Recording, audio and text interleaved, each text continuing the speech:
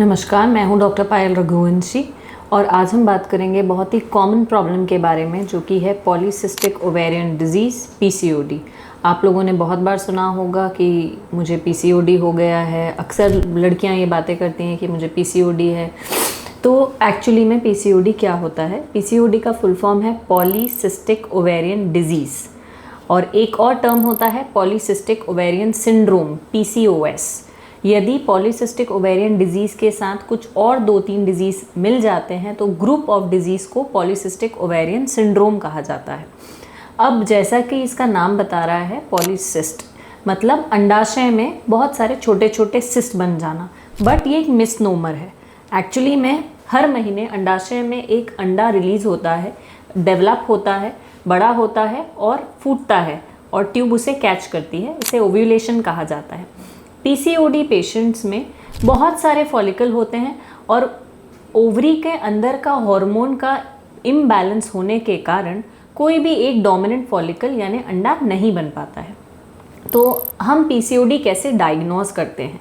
एक Rotterdam criteria के according यदि 3 कंडीशन में से कोई 2 कंडीशन फुलफिल हो रही हैं तो उस पेशेंट को हम पीसीओडी डायग्नोज करते हैं। वो क्या है कंडीशन? पहली कंडीशन ये है कि इरेगुलर साइकिल्स, अनियमित माहवारी।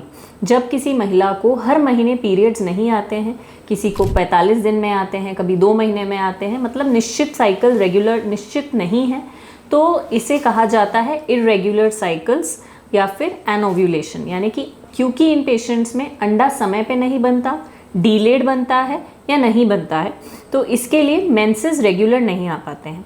एक कंडीशन है ये। दूसरा है ओवरी के अंदर का हार्मोन बिगड़ने के कारण ब्लड में मेल हार्मोन्स यानी टेस्टोस्टेरोन का लेवल बढ़ जाना, जिसके कारण से लड़कियों को चेहरे पे एक्ने यानी मुहासे आना, बहुत ज़्यादा ऑयली स्किन होना, चेहरे पे बाल आना, हेयर थिनिंग होना, या फिर ब्लड टेस्ट में मेल हार्मोन्स यानी टेस्टोस्टेरोन का लेवल नॉर्मल से ऊपर आना, जिसे क्लिनिकल हाइपर एंड्रोजेनिज्म कहा जाता है। ये सेकेंड कंडीशन है। थर्ड कंडीशन है जब हम सोनोग्राफी करते हैं और यदि वो अडोलेसेंट एज ग्रुप के ऊपर है यानी 16 से 18 साल के ऊपर की महिला है तो उसमें यदि पैटर्न ऑफ द ओवरीज में पॉलीसिस्टिक पैटर्न मिलता है, बहुत सारे छोटे बहुत सारे फॉलिकल्स मिलते हैं सोनोग्राफी में, तो इस कंडीशन को पॉलीसिस्टिक ओवेरियन मॉर्फोलॉजी यानी पीसीओएम कहा जाता है। यदि इन 3 कंडीशन में से कोई 2 कंडीशन भी फुलफिल हो रही हैं तो पेशेंट का डायग्नोसिस बनेगा पॉलीसिस्टिक ओवेरियन डिजीज़। इसी के साथ पीसीओडी के साथ यदि पेशेंट को मेटाबॉलिक डिस्टर्बेंसेस यानी इंसुलिन रेजिस्टेंस, बॉडी में शुगर ज़्यादा होना, ओबेसिटी होना, तो ये सारे सिंड्रोम्स यानी ये सारी डिजीज़ भी साथ में हैं।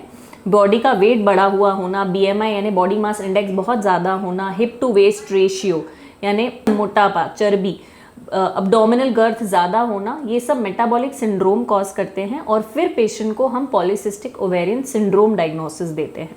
तो आइए जानते हैं कि इसके क्या कॉजेज़ हैं। सबसे पहला कॉज होता है जेनेटिक प्री डिस्पोजिशन, यानी यदि आपके फैमिली में यानी आपकी मदर में, मौसी में, बहन में पॉलीसिस्टिक ओवेरियन डिजीज़ रहा है तो आपको होने के चांसेस बढ़ जाते हैं।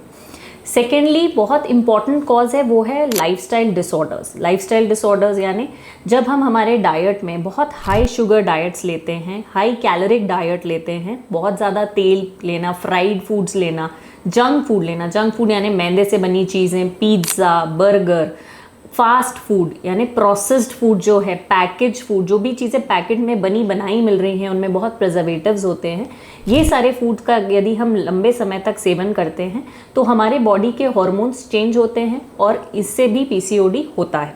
तीसरा कारण है सीडेंट्री लाइफस्टाइल यानी कि बहुत ज़्यादा बैठे रहना, एक्सरसाइज बिल्कुल नहीं करना, तो जो बॉडी का मेटाबॉलिज्म है वो अफेक्ट होता है। थर्ड कॉज है हार्मोनल इम्बैलेंसेस। जब बॉडी में हार्मोन का डिस्टर्बेंस होता है तो ओवरी के अंदर का हार्मोन भी गड़बड़ाता है, जिसके कारण से पीसीओडी हो सकता है। और इंसुलिन रेजिस्टेंस यानी बॉडी में जितना इंसुलिन बन रहा है लेकिन वो सही तरीके से काम नहीं कर पा रहा है, तो वो इंसुलिन रेजिस्टेंस के कारण भी पीसीओडी कंडीशन हो सकती है। अब हम इसे कैसे ट्रीट करें? अब इसका ट्रीटमेंट कैसे किया जाए? तो यदि आपकी माहवारी इर्रेगुलर है, यानी समय से पीरियड्स नहीं आ रहे हैं, जाहिर सी बात है क्योंकि अंडा टाइम पे नहीं बनता है तो पीरियड्स नहीं आते हैं। इसके लिए यदि वो अपने सिर्फ पीरियड्स रेगुलर करना चाहते हैं तो हम उन्हें दवाइयाँ देते हैं, पिल्स देते हैं, जिससे कि हार्मोन की पिल्स होती हैं जिनसे पीरियड रेगुलर हो जाते हैं। यदि पेशेंट को कंसीव करना है, पीसीओडी पेशेंट्स में इनफर्टिलिटी होती है, क्यों होती है? क्योंकि एग समय पे नहीं बनता है। तो यदि वो कंसीव करना चाह रहे हैं तो हमें उन्हें एग बनाने की, यानी ओव्यूलेशन इंडक्शन, एग बनाने की दवाई देनी होती है जिससे एग टाइम पर बने और प्रेगनेंसी रहने में मदद करे।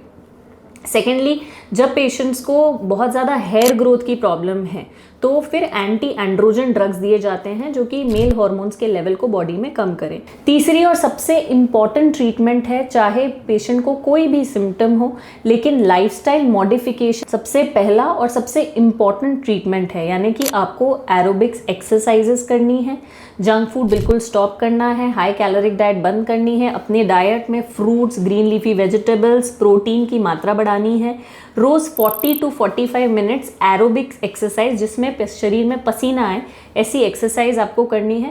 सिर्फ यही एक ट्रीटमेंट है जो कि आपको इस कंडीशन से निजात दिला सकता है, क्योंकि पीसीओडी जो है वो क्योरेबल नहीं है। आप अपनी लाइफस्टाइल को इम्प्रूव करके इसको ठीक कर सकते हैं।